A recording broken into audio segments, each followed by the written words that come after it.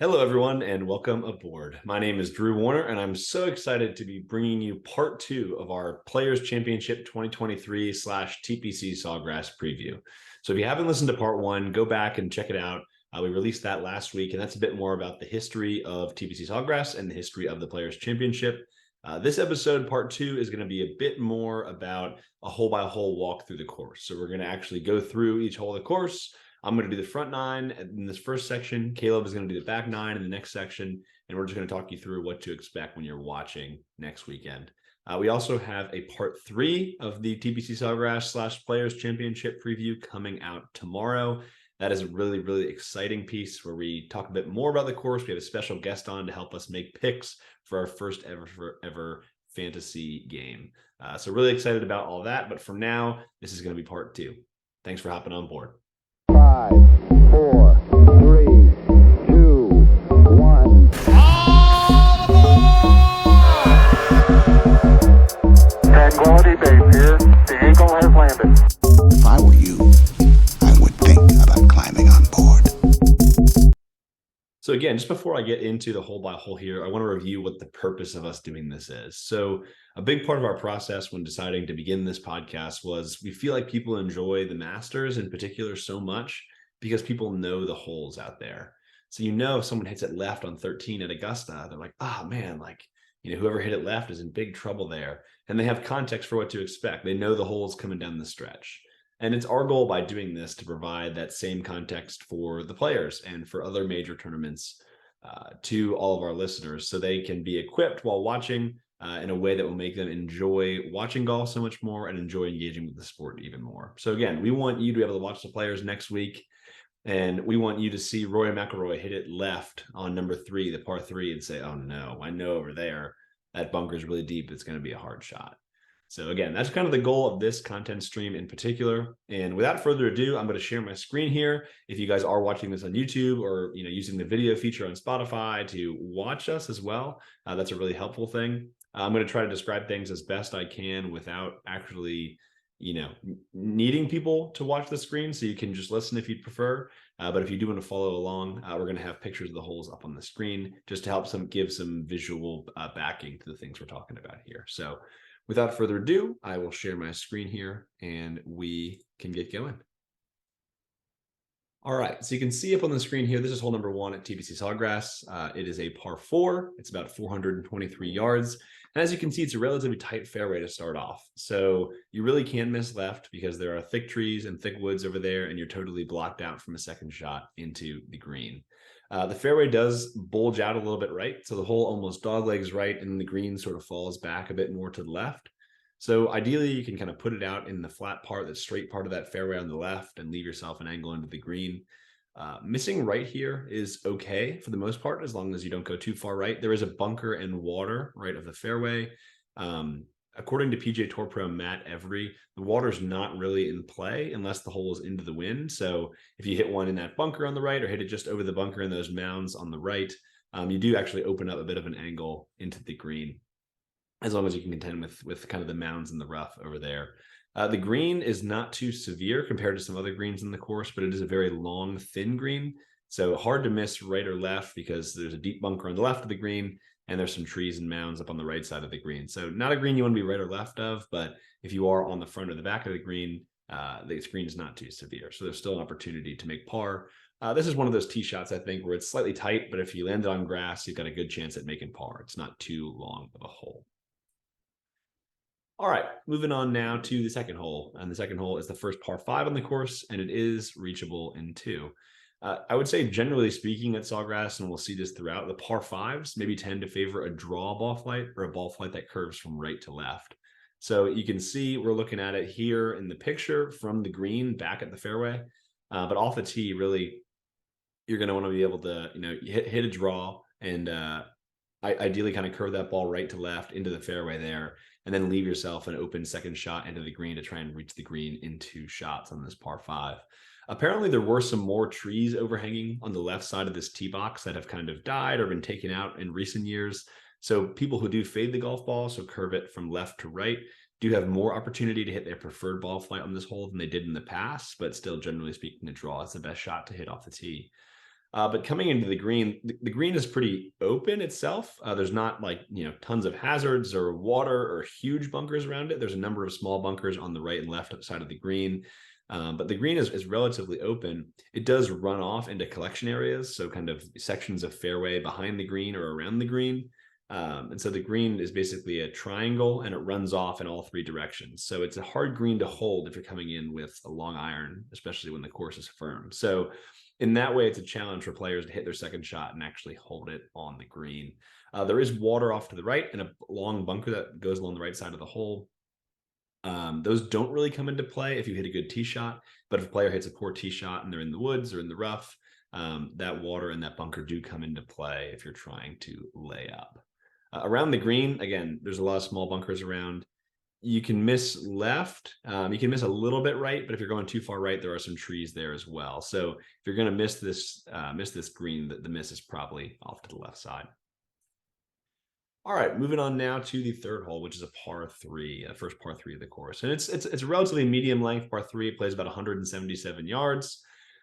This is a really difficult green though. It's a slightly elevated green, so it's raised up around the rest of the green complex. So there's a large bunker short of the green that probably won't come into play for the players that much because it's pretty far short of the green. There's a really deep bunker to the left of the green. And one thing that they like to do at TPC Sawgrass is to put the pin way on the left side of the green. So again, that's going to favor someone who tends to draw the ball, curve it a little bit right to left back into that pin. But if you go too far right and you miss that bunker, you're like totally dead because all the green runs from back to front, all the way back towards the front side of the green, and the ball would trickle off into another one of those closely mown collection areas. So you can't really miss left of the pin. I think this is a hole where you'll see a lot of players sort of look just to hit it in the middle of the green, get a 2-putt par, and move on. There is also water short and left of this hole. Again, it probably won't come into play for most of the tour players we see this week, but if you do, for whatever reason, miss one wide left, you'll also find the water. The only really safe miss on this hole, you can't really miss right because there's trees. You can't miss left because of the bunker in the water. You don't want to go long because the green runs away from you if you're chipping back from over the green. The only really good miss is short and right because that opens up the angle into that back left hole location if the pin is back there. And that just like leaves you an uphill chip, which is really the only uphill chip you'll have on this hole. Moving on next to the short par 4 fourth. Number 4 is only 384 yards, but it is a relatively difficult driving hole. So there's a long bunker that goes all the way up the left side or all the way up the right side of the hole, excuse me. Missing right does give you a better angle, but again, that bunker is right there and there's water to the right of the bunker. So that's a theme we'll see throughout a lot of these holes. There's long bunkers that kind of cover an entire side of the hole, and there's water on the outside of those bunkers. So we see that quite a lot here at TPC Sawgrass, but the fairway is really tight. It's one of the harder fairways in the course to hit.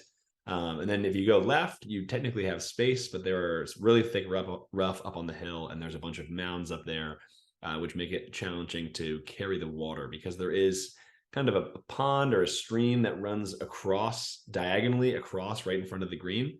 So the right side of the green is a little bit closer to you. So it's a shorter carry to get over the water to get there on your second shot. If the pin is in the left side of the green, you have to carry it further and get it right over the water. So relatively difficult second shot. This is a hole where it's pretty short, so you'll probably see a lot of 3-woods or hybrids off the tee from players just trying to keep it in the fairway because it is so penalizing if you miss it right or left on this hole. There are short bunkers also kind of littered throughout the hole, which is something we see at Sawgrass a lot. There's some up behind the green, one short right of the green as well. And that creek I mentioned before that cuts in front of the green also wraps around the left side. So if you go left, you're also in the water. So on your second shot, really the only place to miss it is a little bit short and right if you're going to miss it. Again, that's a theme I think we've seen on some of these holes. And the green itself, relatively severe. There's a big ridge right in the middle of the green, and everything left of that ridge feeds down left towards the water. So you get a ball that's spinning a little bit too much and spins off that ridge, you might be in danger of rolling off the green into the water. So I think we'll see a lot of tour pros kind of hitting it to the center of this green, just not being too aggressive with the pin, especially if that pin is on the left side of the green. All right, our next hole is number 5, and this is one of the most difficult holes on the course. It has played as the course's hardest hole in multiple editions of the Players' Championship over the years. It's a long par 4, about 485 yards it's played. I think I have it as 471 here on the Zoom. So I think it's range kind of in that 470 to 490 range. There are lakes on the right and the left of this hole. And as I mentioned before, there is a bunker that lines pretty much the entire right side of the tee shot. So you've kind of got fairway, bunker, water, which again, we see a lot here at TPC Sawgrass. It's a long enough hole that driver will probably be needed for most players. So unlike the previous hole where you could hit a 3-wood or hit a hybrid and play for safety, you can't do that quite as much on this hole. So a lot of players are going to need driver unless you're one of the absolute longest out there. Like number 1, this is a pretty long, thin green. There's a lot of bunkers, a lot of small, little, difficult bunkers on the that are kind of short right of the green and nestled amongst a bunch of mounds. And then on the left side, you've got a really, really deep bunker that you don't want to be in because it's very, very hard up and down from that deep bunker on the left. So again, there's not really a good miss. Right and left both kind of stink. The green does run from left to right, so maybe a little bit better to miss right than left. But short is probably the best miss here as well. You can be on that fairway apron and kind of just chip up onto the green, leave yourself an uphill chip. Because again, like most of the greens out here, this green runs back to front. So you want to be below the hole as much as you possibly can. Now we are here on number 6. And so number 6, a little bit of a shorter par 4, under 400 yards at 393 yards. This is a relatively tight fairway though as well. So you're seeing a theme that driving is very important at TPC Sawgrass. I think, Caleb and I talked about it, and we talk about it in part 3 that's going to come out tomorrow as well. Iron play is really rewarded at TPC Sawgrass, but I think just visually you can tell that the course is so intimidating. Hitting it in the right places off the tee is very important to set a player up for those iron shots. And we're seeing that, I think, on these last few holes in particular. But number 6 here, it's a really tight fairway. Hitting it right is totally dead because it is lined with very, very dense trees, some of those dense trees on the property, as well as mulch and pine straw, and it's just not a fun place to hit out of. So you can't go right at all. The only difficult thing about not being able to go right is there is a huge bunker that runs all the way up the left side of the hole. If you're in the bunker, you don't have a clear shot to the green because you'll be most likely blocked out by a bunch of palm trees that are in the left rough after the bunker kind of ends. And so you're sort of blocked out on the left if you miss left. You're totally blocked out if you miss right. So not an ideal scenario. There is a stretch of rough, a strip of rough that actually cuts across the fairway about 50 to 60 yards short of the green, which makes a layup shot difficult if you do find yourself in that bunker or having to punch out of the trees. So this is, again, a golf course that makes you think on every single shot. And number 6, I think, is a great example of where players are going to have to think. It's a really straight hole again, but it's just really tight. So you just have to hit the fairway here.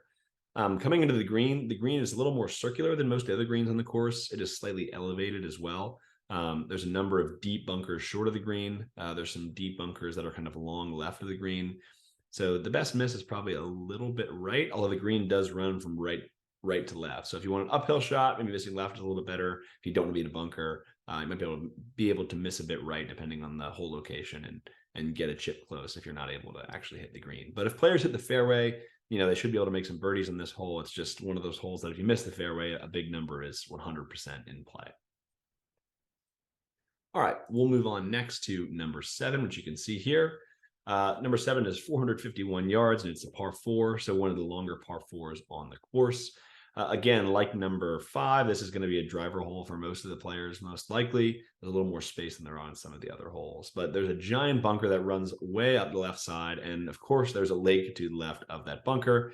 And then as you get up into the approach shot, there's a bunker on the right side of the hole, and there's a lake to the right of that bunker. So like we see in a lot of the holes out here, multiple bodies of water, multiple large bunkers, not really a lot of good places to miss it. There are trees and there are small bunkers right as the hole kind of dog legs around the corner there. It's a dog leg right. You might see players hit 3-wood, some longer players hit 3-wood just to lay it back short of that second bunker on the right and make sure they are in the fairway to have a shot into this green. But again, I think we'll see a lot of players hit driver as well. There are bunkers that are short right of the green, like I mentioned, and that lake to the right of them. This is a relatively small green. Again, I would say it's pretty pinched and it's pretty narrow and long, which again we've seen a few times so far on this front 9. And there's a collection area on the left, and there's water also further left of the green. So I think the idea here is if you're going to miss, probably slightly short and left is the best spot to miss this green. To leave yourself an uphill chip with a reasonable chance of getting up and down if you're going to miss in that second shot. All right, we'll move now from from number 9 to number 8. And number 8, like number 5, has also played traditionally as one of the hardest holes during the Players' Championship and has been the number 1 most difficult hole at Sawgrass on a number of occasions throughout the tournament's history. So there are bunkers long, there are bunkers short, there are bunkers right, and there are bunkers left. So there's no water on this hole, which is one of the few holes out here that does not have any water. But there are bunkers galore. And on top of that, it's just a really, really long hole. So the scorecard has this hole playing at 237 yards. Obviously, if you have a par 3 playing 240 yards, you're going to have some players that need to hit hybrids or woods and long irons into this green. So you're just not really going to expect a lot of birdies on number 8. You're frankly going to expect a lot more bogeys than birdies, and potentially even more bogeys than pars, because I think this hole tends to play over par, at least historically in the Players' Championship. So short left really is the miss on this green. I mean, there's a bunker that's about 35 yards short of the green. If you get it over that bunker and you're in the fairway and you're short of the green, it's a relatively straightforward chip up. But if you miss right, you are in serious trouble. If you miss left, you're in serious trouble. So again, like most of the holes out here, it's more important to control your distance long or short and make sure you have the right line. Because again, just missing right and left is really what can kill you out here and really what can put you in a spot of bother. So missing left, there are some trees on 8, which could pose a problem for a player trying to chip down the hill. There's also one of those closely mown collection areas that the green runs off into on the left side. So if your ball is a little too far left, you might roll off the green. And then missing down on the right side, again, there's just some really small, tricky little bunkers in there that could lead to an awkward stance. And there's just thick rough down on that right side. But good news for the players, no water on this hole, even if it is one of the hardest on the course. Okay, we're going to move now to the final hole on this part, which is the 9th hole. And the 9th hole is a really unique par 5. So it's about 583 yards, so a little bit longer. It is a double dogleg, so the hole kind of moves off to the right first, and the green falls back to the left. So there's a long bunker, of course, and on the right side of the tee shot. So if you miss a little bit right, you'll be in that long bunker. And then to the right of that bunker, there is, of course, a lake. So you got to be dangerous or got to be careful that you don't hit it in that lake as well if you go too far right. This is an interesting hole because there's a pond that sort of cuts diagonally across the middle of the fairway. That players need to be aware of. So we might see some players not hit driver off this hole and hit 3-wood instead, just in case they do hit it a little bit further right, where the diagonal cutting pond is a little bit closer to you. In case they do that, they're probably going to want to hit 3-wood and lay up short of that if they push the ball a little bit right. But it is a bit of a risk reward shot as well, because the further left you go, the more fairway you have to go, and you can have a much closer second shot into the green if you do play it a little bit further up on that left side.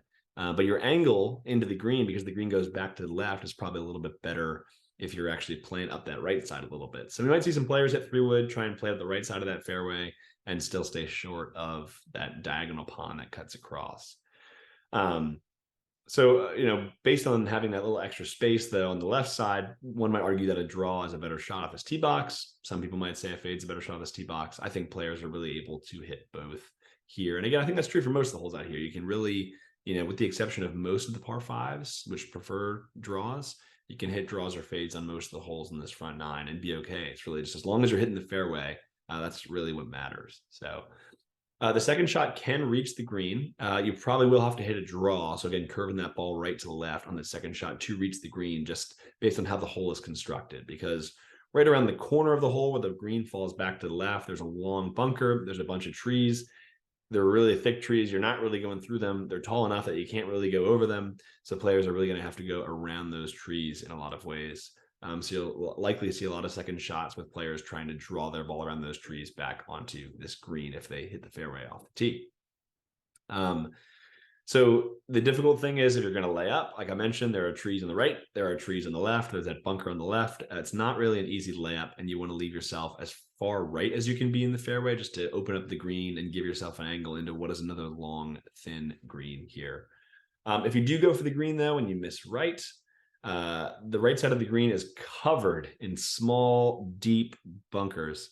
And it's definitely tricky because the green is slightly elevated above these bunkers. So you're going to find yourself at a different level than the green is at if you're on that right side. And there's just mounds everywhere. So you see a lot of mounds here at TPC Sawgrass in general. So we'll see players with really awkward, tricky lies trying to work their way out of those mounds can be a really difficult thing. I remember in 2015, Tiger Woods was making an injury comeback, and he played in the players, and he made the cut on the number because he birdied the 9th hole, which was his 18th hole of the day. And I remember him hitting it over into those mounds for his second shot on 9 and having just the most awkward lie in the world. And I remember being really nervous that he wasn't going to get it up and down to make the cut, but ultimately he did. So the point is, the fact that I was so nervous about his shot there just demonstrates how difficult hitting out of those mounds actually is and getting the ball close to the hole. But again, like I mentioned, another relatively long, thin green, probably slightly better to miss right than left because there's a large, very deep bunker left that you really don't want to be in. There is a collection area, one of those, fairway apron collection areas, again, that's sort of behind the back right of the green, which would be a good place to miss. But again, I think straight and short is probably your best miss on this green, as it is on most of the greens in this course. Again, keeping it below the hole, leaving yourself an uphill chip, and making sure you're not stuck in one of Pete Dye's mounds or one of his small little bunkers. So this is definitely a scoring opportunity for players, and I think we'll see some birdies on this hole as well as number 2, the other par 5 on the front 9. But yeah, for the most part, I think just to sum up the front 9, there's some themes we're seeing, right? We're seeing long bunkers kind of along the sides of a lot of the holes. We're seeing water on nearly every hole. We're seeing a variety of dog legs where we expect players to kind of shape shots in different ways to get around the dog legs. But there is room for players, again, to be creative and to kind of play a natural ball flight. It's just a matter of, how much you can fade it and how much you can draw it. And I think, players recognize that that's the challenge TPC Sawgrass presents to them. I think we're also seeing a lot of thin, long greens, in which it's probably better to miss a little bit short, especially when they are elevated greens. There's a number of them on the front 9, as I mentioned. And then as far as scoring opportunities goes, obviously you've got 2 par 5s where players would expect to at least have a good chance at birdie, if not make birdie outright. And then there also are a couple of shorter par 4s. I mean, I think number 1, players are probably easing into the round a little bit more, so I wouldn't expect that to be a birdie opportunity. You're just trying to make a par and get your round started. But I think there are definitely significant scoring opportunities on holes like number 6 if you hit the fairway. On number 4, if you hit the fairway, it's a great scoring opportunity. Number 3, it's a medium length par 3. These are great iron players that can hit it close, and there's a great opportunity for a birdie there on number 2 as well, the par 5. There are more scoring opportunities on the front 9. So you expect the scores to be a little bit lower out there. Expect the scores in the back 9 to be a little bit higher. There's some more danger kind of lurking around every corner on the back 9. And again, while there is still danger on almost every shot on the front 9, it's a little bit easier. So players can open up a little bit softer, and they can hopefully take advantage of scoring conditions in the front 9 to push their score lower before trying to just weather the storm through the back 9. So regardless, I hope this was a comprehensive overview of each hole. Obviously, this is our first time doing this, so I expect us to get better and better as we start to talk through these holes more and more. I think we'll get better at talking through the holes audibly, so you guys that are just listening and unable to watch the video as well can kind of understand a little bit more. So I'm sure there are ways I can improve with that. But again, this is our first attempt at it, and I hope our goal is accomplished in giving you guys some sort of guidebook to the front 9. And I will turn things over to Caleb now to take everyone through the back 9. But thanks for hopping on board, and look forward to Caleb's thoughts on the back 9. Thanks, Drew. So we're going to talk about the back 9, and you can think of the back 9 as just one big crescendo to the grand finale that is 16, 17, and 18.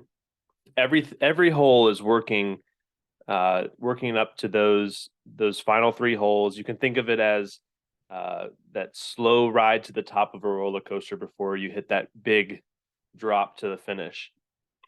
And it starts with hole number 10. It's a par 4, 424 yards, which is almost identical in yardage to the first hole. And that is because Dean Beeman, when he charged Pete Dye with building this course, he wanted hole number 1 and hole number 10 to mirror each other. And that's because the first 2 days of the tournament, for our beginner listeners, not everyone starts on the first hole. You have what's called split tees. So half of the field starts on hole number 1 and the other half starts on hole number 10. And so then if you start on hole number 10, you'll finish on hole number 9. You'll just play the 9 holes in reverse order. So to not give either side an advantage, you wanted a similar start to the round no matter which hole, hole you started on. And so that's what number 10 provides. It visually looks very similar to hole number 1. There's a bunker along the left side of the fairway. It's predominantly a draw hole. You'll see lots of players playing less than driver off the tee, 3-wood, or a driving iron. It's not super long, but it's still pretty difficult. And it's a very awkward hole, and play is a little bit more difficult than the first hole. If you hit your tee shot through the fairway, it's one of the reasons that players hit less than driver off of the tee. You'll find a fairway bunker that is fairly deep at the end of the fairway. So lots of players will hang back and leave themselves a good yardage to hit into this green. So going on to number 11, we have one of the more interesting holes on the course. It's a par 5, and you actually have some decisions to make off the tee. There's some strategy here. If you go off to the left, you might have a better angle into the green where you're not going over a whole lot of water. But if you also if you bail out too far to the right, you'll have a oak tree that's hanging in your way. So you have the bunker to the left, which is pretty punitive, but not quite as punitive as the first design by Mr. Dye. And then to the right, you have the oak tree. So you have to split the middle there. For your second shot, a lot of the players will go in 2, but sometimes, depending on the pin location, that might not be possible. So depending on your drive, depending on the pin location, you might have to use the bailout area to the left of the green, avoiding the 2 pretty small but deep bunkers on the left side of the green.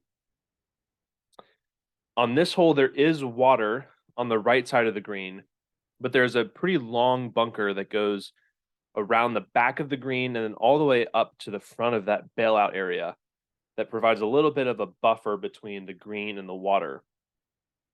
So water is less in play on this hole than, say, on the par 5 16th. The hole was made a little bit harder in 2006. They added 15 to 20 yards to the hole, and then in 2016, Steve Winslow extended that bunker around the back of the green. He was a PGA Tour designer, and he also did some work to the next hole, which is the 12th hole.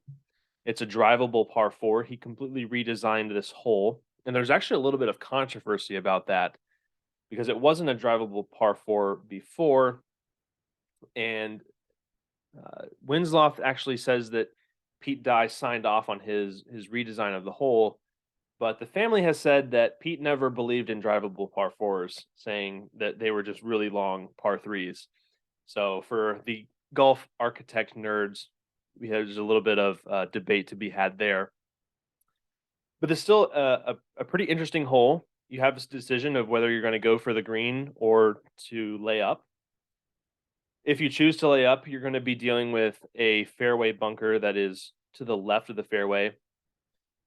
When you get to the green, you have water to the right of the green. You have to be careful not to hit it, to the left of the green. And you have to be careful not to pull your approach shot because there is a slope just off the green that leads down to that water.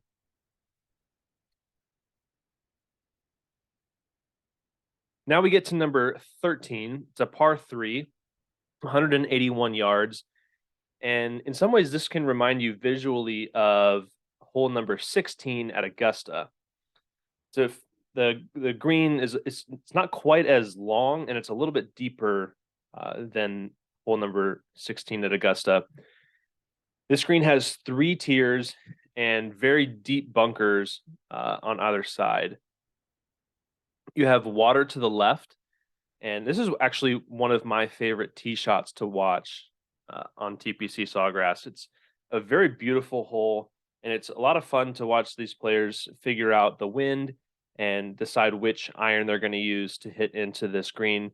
Usually 7 or 8 iron, depending on the pin location. And you'll see there's a left center pin location that will be in a funnel, which is extremely fun to watch. If the players can catch that ridge, the green will naturally take their ball close to the hole, and you may even see a hole in one on number 13. And that leads us to number 14, which is the second hardest hole on the course on average. It's another zigzag hole, which Pete Dye is well known for on this course. You have a bunker along the left side of the fairway that runs all the way up to the green. It's one of the longest bunkers that you'll see really on the PGA Tour. You have mounds along the right side of the green. And as you approach the green, the fairway gets very, very thin. It's a very precise shot to hit. And it's also very hilly. There's lots of bumps in that part of the fairway. So this is one of the hardest holes on the course. It's a beast of a hole, which leads into number 15, which is another par 4. It's the tightest tee shot on the course, so it's a little bit of a nervy tee shot. It calls for a controlled fade, and Pete Dye thought that players would go with less than driver here.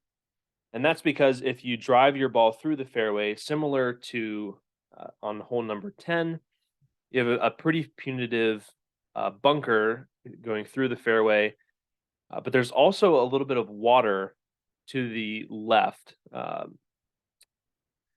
of that bunker. So there's 2 hazards to deal with there.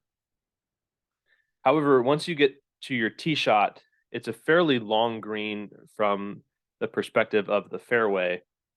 And so this is, what they call the last breather hole before you get to the daunting final 3 holes, where you really have to make a score on 16. 17 is the island green, and then 18 is a pretty sneaky difficult hole itself.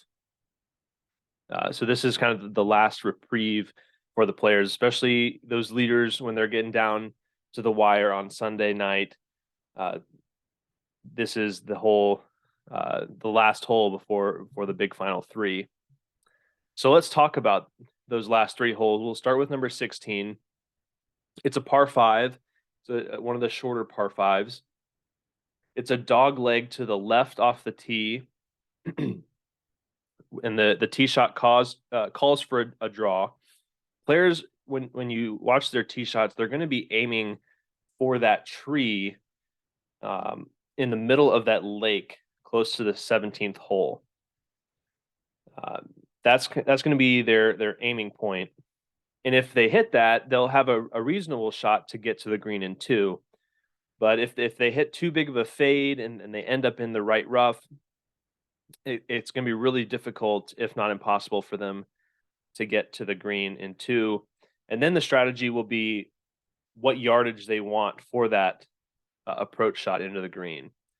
And that's important because once you get closer to the green on the left side, there's a fairly flat bunker, but there are 2 trees in that will block shots from the left side of that end of the fairway. So you have to be really precise with your layup if you choose to do that to avoid the tree trouble. But if you execute that tee shot, you do have a reasonable chance to get to the green in 2. And you'll remember, 2021, Justin Thomas had a brilliant approach shot with a fairway metal. He made this hole look a lot easier than it is. It is one of the easiest holes to birdie on the course. However, it's also very easy to make a mess of this hole with just 1 or 2 bad shots. And that's because the green is right up against the water, and the right side of the screen slopes down towards the water. So you really have to be precise with your approach as well. There's a pin location on the front the front right, which is a very interesting pin location to see how many players are going to actually take on that pin. Because you have, if you miss a little bit to the right, you're in the water. If you miss short, you're in a bunker. And then if you bail out, there's there's a couple bunkers to the left, and then potentially a really long downhill putt towards the water, which, especially late on a Sunday, can be pretty nervy.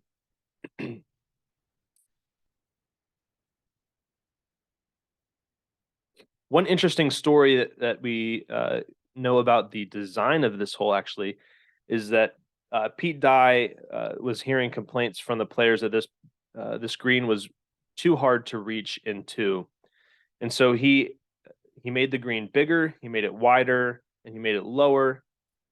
But the change that he made was taking that green all the way to the edge of the lake, which brought water more into play for these players, which arguably makes this hole a whole lot more interesting to watch because of the green size. Players will be more likely to go for it into, but it's also a huge risk reward shot because of how close the water is to the green.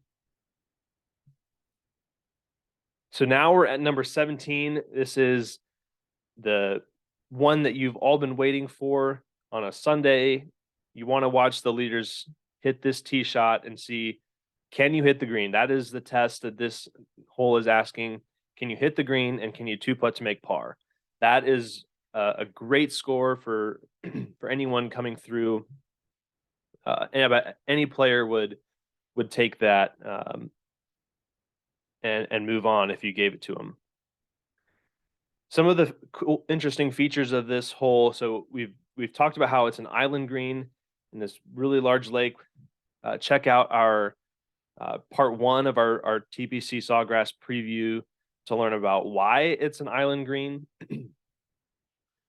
But the island is surrounded by relatively thick rough, which will stop balls from spinning off of the green unless you spin it too hard, and it is possible to spin it off of the green. So you have to be mindful of your spin. You have to be mindful of your distance. And one of the interesting features of this hole is the wind. It's really hard to read. You'll see players, especially late in rounds when you get to the leaders, you'll see players struggling to watch the flags on the grandstands to figure out what is the wind doing. Sometimes it'll be swirling. I'm sure the broadcast will have some very interesting graphical depictions of which way the wind's going. So that would be interesting to see how big of a factor that plays. There's a small bunker on the front side of the green, and that is not a terrible place to be, but you definitely would rather be there than in the water.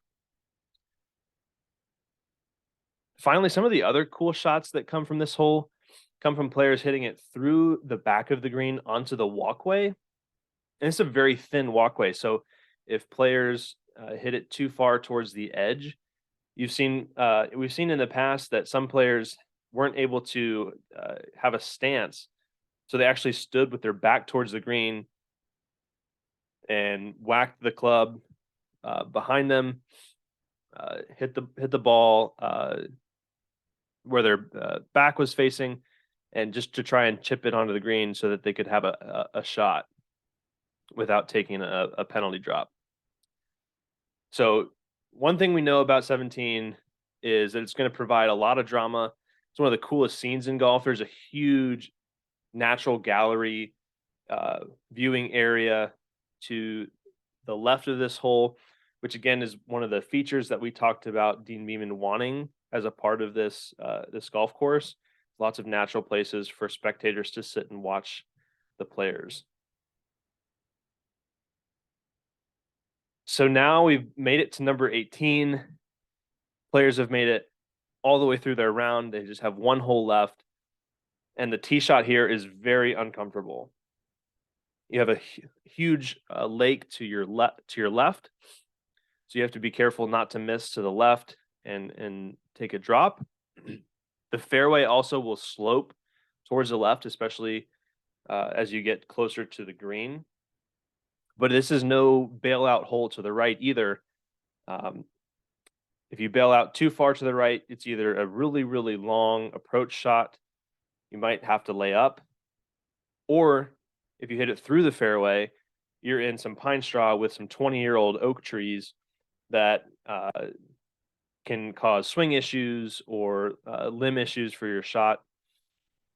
So this tee shot is really important on 18 to set yourself up for a good look at the green for your approach. Once you get to the green, you're still dealing with water to the left. There's a bunker long, and then there's some mounds to the left side of the approach as well. The bottom line here is you have to play boldly to win. That's the theme of the last 3 holes. That's really the theme of this whole golf course. And hopefully that has come across here as Drew and I have done our deep dive on TPC Sawgrass and given you guys a little bit more context for watching these shots and some meaning for what strategy players might be considering as they hit their tee shot on 12 or as they hit their approach shot on number 4. Hopefully this gives a little bit more context so that it makes it a little bit more interesting to watch, as I know it has for me and I know it has for Drew. We are both really excited to watch this tournament. Every shot is going to have a lot more meaning because we have studied the course and all of the considerations the players are making, and can imagine ourselves trying to make these decisions if only we had the golf skill to play on the PGA Tour. So thank you for joining us once again. Be on the lookout for our next episode. It's part 3 of our players preview. We didn't want to cram in a whole nother hour of content to this episode, so we saved our general preview episode for its own release. That'll be on Monday, which is tomorrow, as this episode will be released on Sunday before the players. That episode will also feature our fantasy game. So if you'd like to participate, we will be tweeting out the decisions for that game. Respond to that tweet, send in your picks on our website, and we will post your picks and keep track of your score on our Google Sheet, and you'll have your name and your score on our leaderboard. This is going to be a season-long race, so be sure to get your picks in to participate. So thanks again for joining us on this hole-by-hole deep dive of TPC Sawgrass. We hope this gets you excited about the tournament, and don't forget to tune in tomorrow for our next preview episode. Thanks again. Check us out the next time we hop on board.